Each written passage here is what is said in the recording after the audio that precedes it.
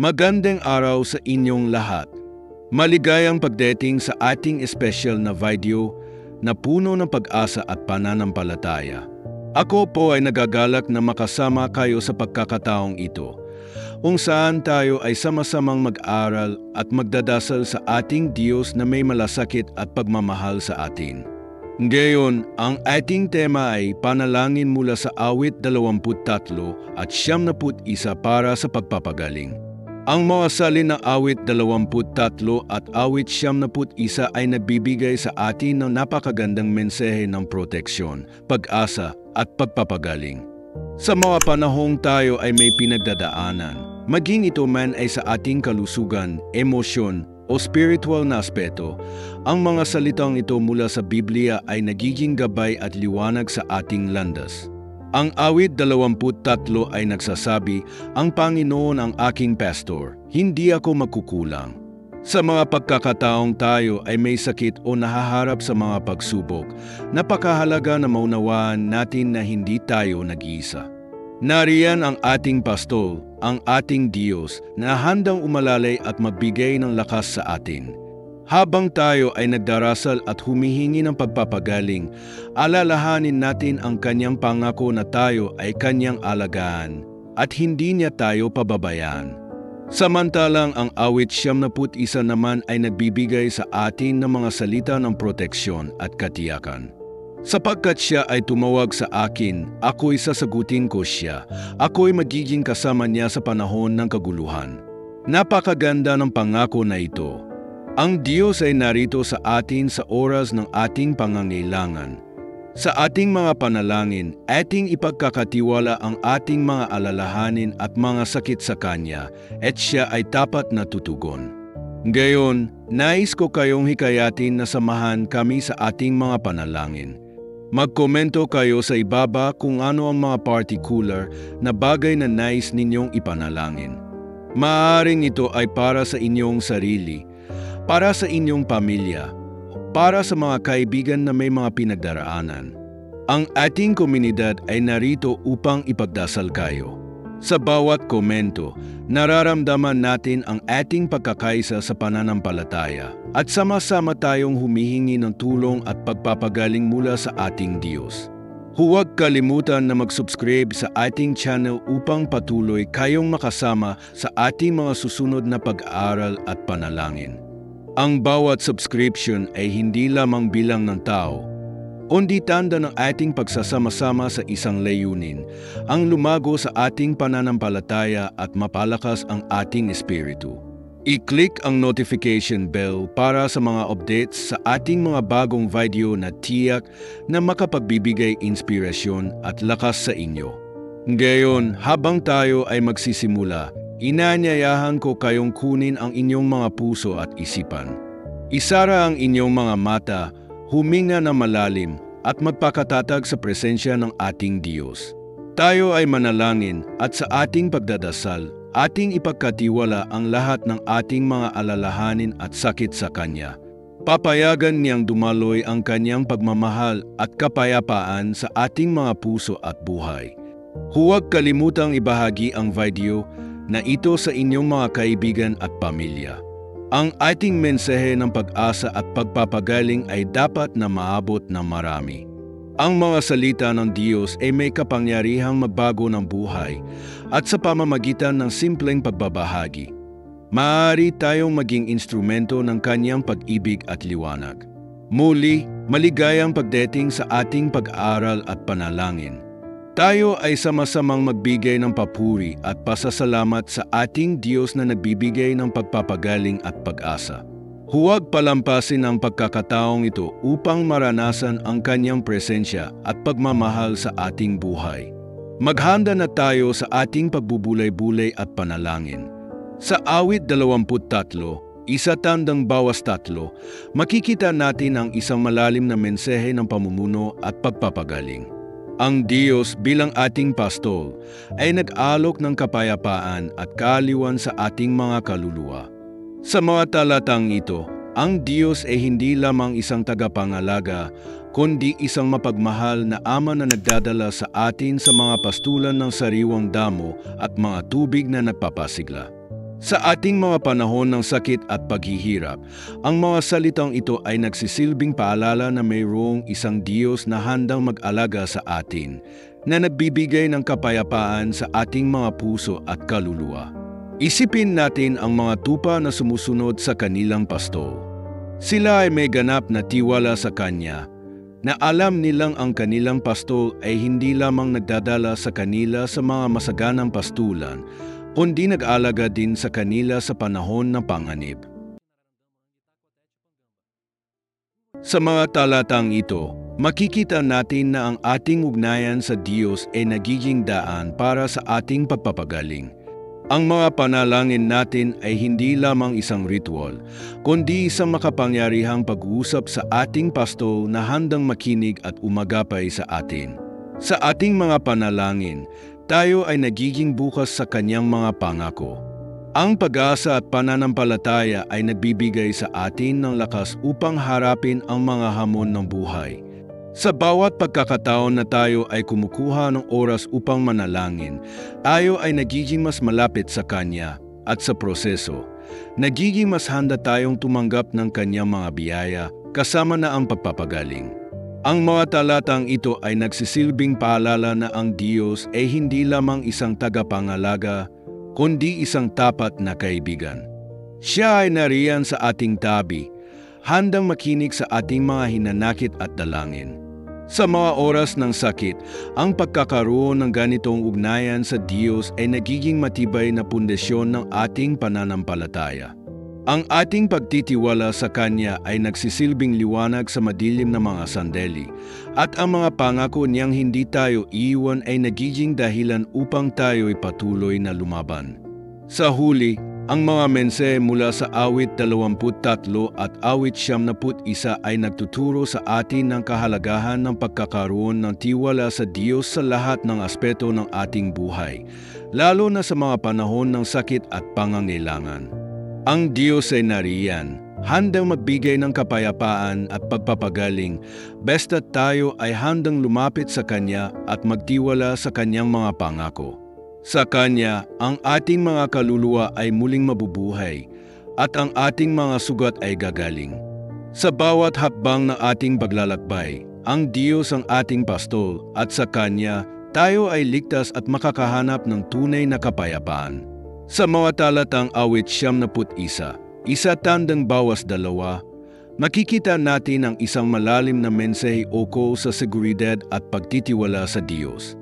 Ang Diyos ay inilarawan bilang ating kanlungan at matibay na kuta, isang peder ng proteksyon na hindi natin kayang ipagpalit. Sa mga panahon ng sakit at karamdaman, ang ating pagtitiwala sa Kanya ang nagbibigay ng lakas at kapayapaan. Ang sinumang nananatili sa Kanyang presensya ay tumatanggap ng mga biyayang hindi kayang ipagkaloob ng mundo. Sa ating mga pagsubok, lalo na sa oras ng mga sakit, ang pagkakaroon ng tiwala sa Diyos ay nagiging batayan ng ating pag-asa at lakas. Sa bawat pagkakataon na tayo ay nagkasakit, nagiging mahirap ang ating kalagayan. Sa mga oras na tila ang lahat ay nagiging madilim at walang pag-asa, ang awit 91, 1:2 ay nag-anyaya sa atin na lumapit sa Diyos at hanapin ang Kanyang presensya. Tayo ay inudyok na manatili sa Kanya. Dahil sa Kanyang mga salita, tayo ay may katiyakan ng Kanyang proteksyon. Ang pag-asa at pananampalataya sa Kanya ay nagbibigay daan sa ating mga puso upang muling bumangon sa kabila ng mga pagsubok. Sa bawat pagdapo ng sakit, ang Diyos ang ating kanlungan at tagapagligtas, nagdadala ng liwanag sa ating mga dilim. Ang mga talatang ito ay mahalaga sapagkat nagbibigay sila ng konteksto sa ating mga panalangin para sa pagpapagaling. Sa ating mga dalangin, dapat tayo magtiwala sa Kanyang kapangyarihan at pag-ibig. Ang mga salitong, "Ako'y magsasabi sa Panginoon, Siya'y aking kanlungan at aking kuta," ay nagpapahiwatig ng ating aktibong pagsisikhay na manampalataya sa Kanya. Ang ating mga panalangin ay nagiging mas makapangyarihan kapag tayo ay may ganitong pananampalataya. Sa bawat pag-iyak at paghingi ng tulong, ang ating mga puso ay nagiging bukas sa pagtanggap ng Kanyang kagalingan. Isang mahalagang aspeto ng ating pananampalataya ay ang pag-alam na hindi tayo nag-iisa sa ating mga pagdurusa. Ang Diyos ay laging naririyan, handang makinig sa ating mga panalangin. Sa mga talatang ito, makikita natin na ang Diyos ay hindi lamang nakikinig, kundi siya rin ang nagbibigay ng solusyon sa ating mga suliranin. Sa mga pagkakataong tayo ay naguguluhan at walang aliw, ang kanyang mga pangako ay nagiging gabay upang tayo ay muling bumangon at lumaban. Ang pagnanasa na makaranas ng pagpapagaling ay natural sa bawat tao. Ngunit sa pagkilala natin sa Diyos bilang ating kanlungan, natutunan din nating tanggapin ang mga pagsubok na dala ng sakit.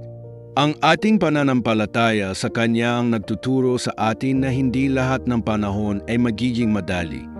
Ngunit ang Kanyang presensya ay nagbibigay ng kapanatagan at kapayapaan sa ating mga puso. Ang Kanyang mga salita ay nagbibigay sa atin ng lakas upang harapin ang mga hamon ng buhay. Sa ating mga panalangin, mahalaga rin na ipahayag ang ating tiwala sa Kanya. Hindi lamang ito isang simpleng paghingi ng tulong, kundi isang pag-amin ng ating pangangailangan sa Kanya. Sa bawat pagkakataon na tayo ay dumudulog sa Kanya, tayo ay nagiging mas konektado sa Kanyang puso. Ang ating mga panalangin ay nagiging daan upang tayo ay makapasok sa Kanyang presensya at dito natin natutuklasan ang tunay na kapayapaan at kagalingan. Sa kabuuan, ang awit 71, isa tandang bawas dalawa ay nagpapaalala sa atin na ang ating pagtitiwala sa Diyos ay hindi lamang sa oras ng kagipitan, kundi sa lahat ng pagkakataon. Ang Kanyang mga pangako ay nagbibigay ng liwanag at pag-asa sa ating mga puso. Sa ating paglalakbay, patuloy tayong manalangin, magtiwala at humingi ng Kanyang tulong sapagkat Siya ang ating kanlungan at kuta sa lahat ng oras. Sa bawat pag-iyak, sa bawat panalangin, tayo ay lumalapit sa Kanya at dito natin natatagpuan ang tunay na pagpapagaling. Sa mga talatang matatagpuan sa awit 71, 1-0 tandang bawas 11, makikita natin ang isang napakalalim na pangako mula sa Diyos na nagbibigay ng aliw at lakas sa ating mga puso, lalo na sa mga panahon ng sakit at karamdaman. Sa mundong puno ng takot at panganib, ang mga salitang ito ay nag-aanyaya sa atin na magtiwala sa Kanyang proteksyon at pag-aaruga. Ang Diyos ay hindi lamang isang malalayong nilalang. Siya ay isang mapagmahal na ama na handang ipagtanggol ang Kanyang mga anak mula sa anumang kasamaan. Ang salitong, hindi ka mahahagupit ng anumang masama, ay nagsisilbing ilaw sa ating landas, lalo na sa mga pagkakataong tayo ay nahaharap sa mga pagsubok sa kalusugan. Marami sa atin ang nakakaranas ng mga sakit na nagdudulot ng takot at pangamba. Sa mga sandaling ito, ang ating tiwala sa Diyos ay nagiging sandata laban sa mga negatibong pangyayari. Alam natin na ang Kanyang mga pangako ay hindi nababago at sa bawat sakit na ating dinaranas, Siya ay nariyan upang ipakita ang Kanyang kapangyarihan at pagmamahal. Ang talatang ito ay hindi lamang nag-aanyaya sa atin na magtiwala, kundi nagbibigay din sa pagkakaroon ng mga anghel na itinatalaga sa atin. Ang mga anghel ay mga mensahero ng Diyos na nagdadala ng Kanyang presensya at proteksyon. Sa kabila ng mga pagsubok na ating kinahaharap, dapat tayong magtiwala na may mga espiritual na tagapangalaga na nagsisilbing kanlungan sa atin. Sa panahon na ating kahirapan, sila ay narito upang tulungan tayo, upang ipaalala sa atin na hindi tayo nag-isa. Ang pagkakaroon ng mga anghel na tagapangalaga ay isang simbolo ng pag-ibig at malasakit ng Diyos. Ipinapakita nito na kahit sa gitna ng mga pinakamasalimuot na sitwasyon, may mga nagbibigay ng tulong sa atin. Sa bawat pagninilay natin sa mga pangakong ito, naway mapagtanto natin na ang Diyos ay laging may mas magandang plano para sa atin. Ang Kanyang pagmamahal ay hindi nagkukulang at ang Kanyang proteksyon ay hindi kailanman nagmamaliw. Sa ating mga panalangin, mahalagang iparating ang ating mga takot at pangarap sa Diyos. Ang pakikipag-usap sa Kanya ay isang paraan ng pagpapahayag ng ating pananampalataya. Sa mga pagkakataong tayo ay nagdarasal para sa pagpapagaling, dapat tayong magtiwala na ang Diyos ay nakikinig at kumikilos. Ang ating mga salita ay may kapangyarihan at ang ating mga panalangin ay nagiging kasangkapan sa pagdadala ng Kanyang biyaya sa ating buhay. Minsan, sa ating paglalakbay sa pananampalataya, may mga pagkakataong tayo ay naguguluhan o nawawalan ng pag-asa. Ngunit sa mga ganitong panahon, mahalagang balikan ang mga salita ng awit 71, 1:0 tandang bawas 11. Ang mga ito ay nagsisilbing paalala na ang Diyos ay laging nariyan, handang ipakita ang Kanyang pagmamalasakit at pagkalinga. Ang Kanyang mga pangako ay matibay at hindi matitinag, kaya't dapat tayo maging matatag sa ating pananampalataya. Sa gitna ng sakit at pagdurusa, alalahanin natin na ang ating kaluluwa ay maaring makahanap ng kaginawahan sa presensya ng Diyos. Siya ang ating pasto na nagdadala sa atin sa mga pastulan ng sariwang damo at mga tubig na nagbibigay buhay. Sa bawat hakbang natin, Siya ang nag-aalaga sa atin, pinapalakas ang ating loob at nagdadala ng pagpapagaling sa ating mga sugat. Sa mga susunod na sandali, tayo ay magtataguyod ng isang panalangin. Isang pagkakataon upang ipahayag ang ating mga hinanakit, pangarap at pag-asa sa Diyos na may tiwala na Siya ay makikinig at kikilos ayon sa Kanyang kalooban. Sa ating pananalangin, naway madama natin ang Kanyang yakap, ang Kanyang kapayapaan at ang Kanyang pag-ibig na walang hanggan. O Diyos na makapangyarihan sa lahat, lumalapit kami sa iyong gayon na may pusong puno ng pag-asa at pananampalataya. Salamat sa iyong walang hanggang pagmamahal at sa mga pangakong iyong ibinigay sa amin. Sa mga oras ng sakit at tagsubok, kami ay humihingi ng iyong gabay at tulong. Sa awit 23, itinataas mo kami bilang iyong mga tupa at kami ay iyong pinapangasiwaan. Sa mga madidilim na bahagi ng aming buhay, ikaw ang aming pasto na hindi nag-iwan sa amin. Salamat sa pagtulong sa amin na makatagpo ng kapayapaan sa gitna ng bagyo. O Diyos, sa oras na kami ay naguguluhan at nahihirapan, bigyang liwanag mo ang aming landas. Sa bawat pagsubok na aming dinaranas, tulungan mo kaming makilala ang iyong tinig at sundin ang iyong mga hakbang. Ipinapangako mo sa amin na kami ay iyong gagabayan sa mga tamang daan. Hinihiling namin na sa aming mga sakit at karamdaman, iparamdam mo sa amin ang iyong presensya. Sa awit 71, sinasabi na ang sinumang nananatili sa iyong lilim ay makakatagpo ng kaligtasan. Kami ay lumalapit sa iyo, O Panginoon, at sumasampalataya na ang iyong kililiman ay menkanlungan. Panginoon, sa aming mga pagkakasakit, kami ay humihingi ng iyong pagpapagaling. Nagtitiwala kami na sa pamamagitan ng iyong mga sugat, kami ay pinagaling. Sa bawat pagdaranas ng sakit, naway magpatuloy kaming umasa sa iyong kapangyarihan. Ipinapanalangin namin ang mga kapatid naming may karamdaman, naway maranasan nila ang iyong milagro. Puspusin mo sila ng lakas at pag-asa at tulungan silang makabangon mula sa kanilang mga pagsubok. Sa iyong mga salita, O Diyos, kami ay pinagkalooban ng buhay at kasaganaan. Hinihiling namin na ang mga salitang ito ay maging buhay sa aming mga puso. Sa bawat pag-iyak ng aming mga kaluluwa, naway marinig mo ang aming mga daing. Sa bawat lungkot at sakit na aming dinaranas, kami ay naglalagay ng aming tiwala sa iyo. Ikaw ang aming kanlungan at kalasag. Ang mga salitang huwag kang matatakot ay nagsisilbing liwanag sa aming madilim na daan. O Diyos, kami ay nagtataas ng mga panalangin para sa mga naguguluhan at nawawalan ng pag-asa. Sa panahon ng kanilang mga pagsubok, ipakita mo sa kanila ang iyong pagmamahal. Naway maramdaman nila ang iyong yakap na nagbibigay ng kapayapaan. Ipinapanalangin namin ang mga taong may malubhang sakit na sana'y makatagpo sila ng lunas at kagalingan sa iyong mga kamay. Itong mga sugat na aming dinaranas sa iyong mga kamay ay nagiging pagkakataon upang makilala ang iyong kapangyarihan at biyaya. Sa mga oras ng pag-aalala, kami ay lumalapit sa iyong mga pangako. Sa awit 71, sinasabi na ang mga anghel mo ay nakabantay sa amin. Salamat sa iyong proteksyon at kabutihan.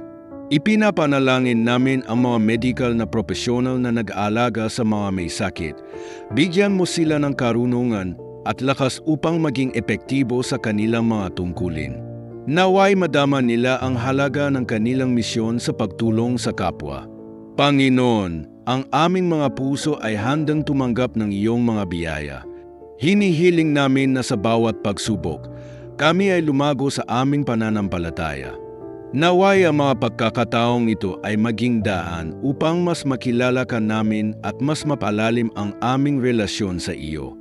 Huwag mo kaming iwan, O Diyos, sa aming mga laban. Sa mga pagkakataong kami ay nanghihina, iparamdam mo sa amin ang iyong lakas. Patuloy kaming umaasa sa iyong mga pangako.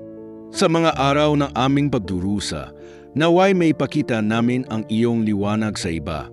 Sa bawat hakbang na aming tinatahak, tulungan mo kaming maging inspirasyon sa mga taong nawawalan ng pag-asa. Ipinapanalangin namin ang mga pamilya na naapektuhan ng karamdaman na sana'y magsanib puwersa kami sa pagdarasal at pagtulong. O Diyos, sa iyong mga kamay, inilalagay namin ang aming mga buhay. Ang aming mga pangarap at pag-asa ay nakasalalay sa iyong kabutihan. Huwag mo kaming hayaang maligaw sa dilim. Naway ang iyong ilo ang magbigay ng gabay sa aming mga hakbang. Sa bawat araw na dumarating, tulungan mo kaming maging mas malakas at mas matatag sa aming pananampalataya. O Diyos, sa aming mga puso ay nag-alab ang pag-asa. Sa bawat hamon na aming kinakaharap, ami ay lumalapit sa iyo na may buong tiwala. Sa mga pagkakataong kami ay naguguluhan at natatakot, naway ang iyong mga salita ang magsilbing ilaw at gabay. Sa mga pagkakataong kami ay nag-iisa, iparamdam mo sa amin ang iyong presensya na nagbibigay ng kapanatagan at lakas. Huwag mo sanang hayaang kami ay mawalan ng pag-asa sa mga pagkakataong tila ang lahat ay nawawala. Panginoon, sa aming mga pagsubok, kami ay humihiling ng iyong mga biyaya. Ipinapanalangin namin ang mga taong dumaranas ng matinding kalungkutan, kawalan at sakit. Naway maranasan nila ang iyong pag-ibig at pagkalinga, at sa gitna ng kanilang mga luha, makatagpo sila ng dahilan upang muling umangat at lumaban. Huwag mo sanang hayaang ang kanilang mga puso ay mapuno ng takot at pangamba. Sa halip, ipagkaloob mo sa kanila ang lakas upang ipagpatuloy ang kanilang laban sa buhay. O Diyos, sa mga pagkakataong kami ay nawawalan ng pag-asa, naway ipadama mo sa amin ang iyong mga pangako. Sa awit 46, sinasabi na ikaw ay aming kanlungan at lakas, isang tulong na handang makuha sa oras ng pangangailangan. Sa gitna ng mga bagyo ng buhay, kami ay nagpapakumbaba sa iyong harapan. Humihiling na ang iyong mga pangako ay maging katotohanan sa aming buhay. Naway ang mga salitang ito ay magbigay lakas at magpapaalala sa amin na hindi kami nag-iisa sa aming paglalakbay. Sa mga oras ng aming pagdududa, kami ay humihingi ng iyong gabay. Naway sa bawat desisyong aming ginagawa, ang iyong mga kalooban ang aming sundin.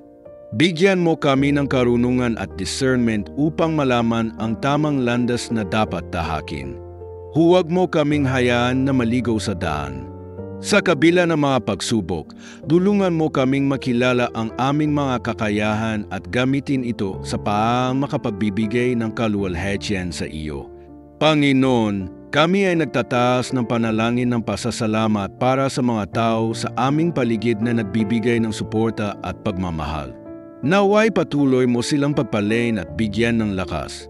Sa oras ng kanilang pangangailangan, naway kami rin ay maging instrumento ng iyong pagmamahal at pagkalinga. Tulungan mo kaming maging liwanag sa buhay ng iba, lalo na sa mga naliligaw ng landas. Sa bawat ngiti at mabuting salita, naway madama ng iba ang iyong pagkilos sa aming mga buhay. Sa mga oras ng pagkabalisa at takot, kami ay lumalapit sa iyong mga pangako.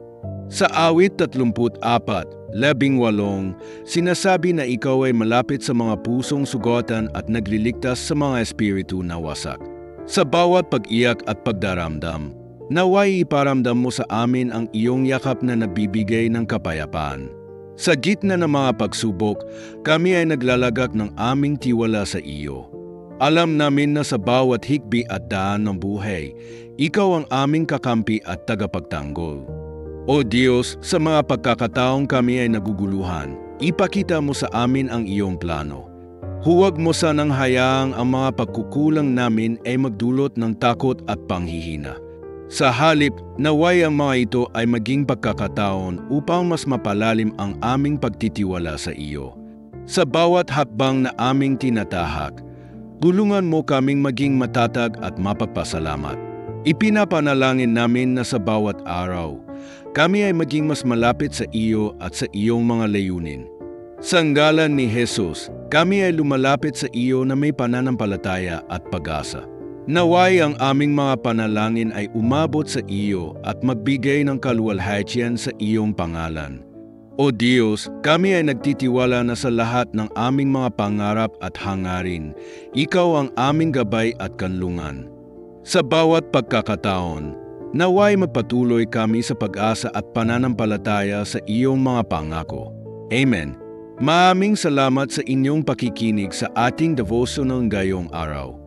Naway nakapagbigay ito ng liwanag at pag-asa sa inyong mga puso, lalo na sa mga panahon ng pagsubok at sakit.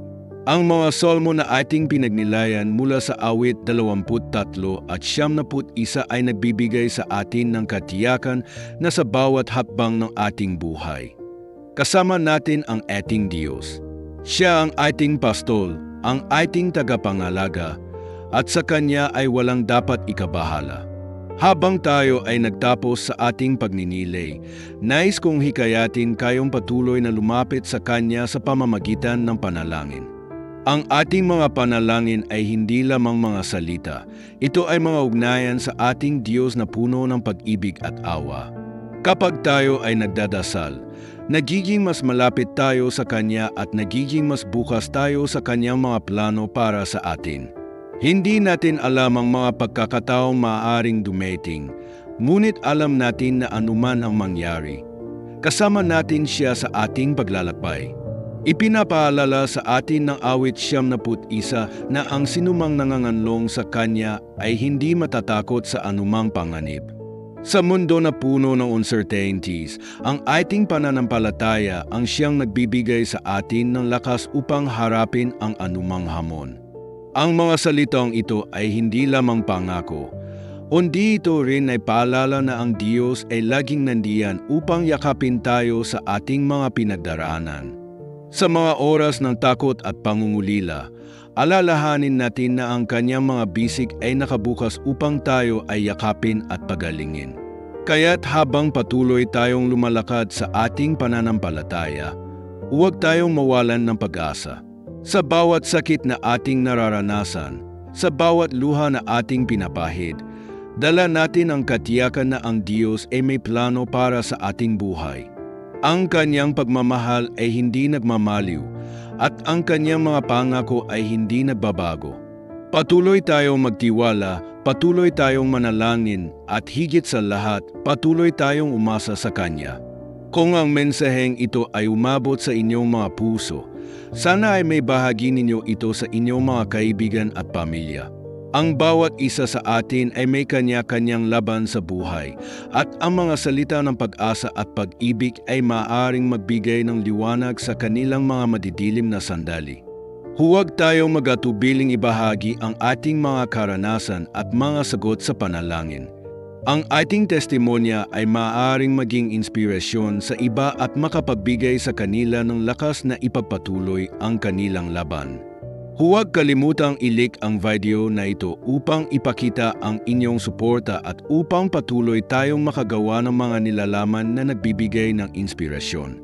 Mag-comment sa ibaba at ibahagi kung paano kayo nahipo ng mensaheng ito. Ano ang MGA sa lubin ninyo? Paano kayo tinulungan ng Salmo 23 at 71 sa inyong mga pagsubok? Ang inyong mga kwento ay mahalaga at mahalaga ang inyong boses sa ating komunidad. At sa wakas, huwag kalimutang mag-subscribe sa ating channel. Ang bawat subscription ay isang hakbang patungo sa mas malalim na pag-unawa sa salita ng Diyos at mas maraming pagkakataon upang tayo ay magkasama-sama sa ating paglalakbay sa pananampalataya.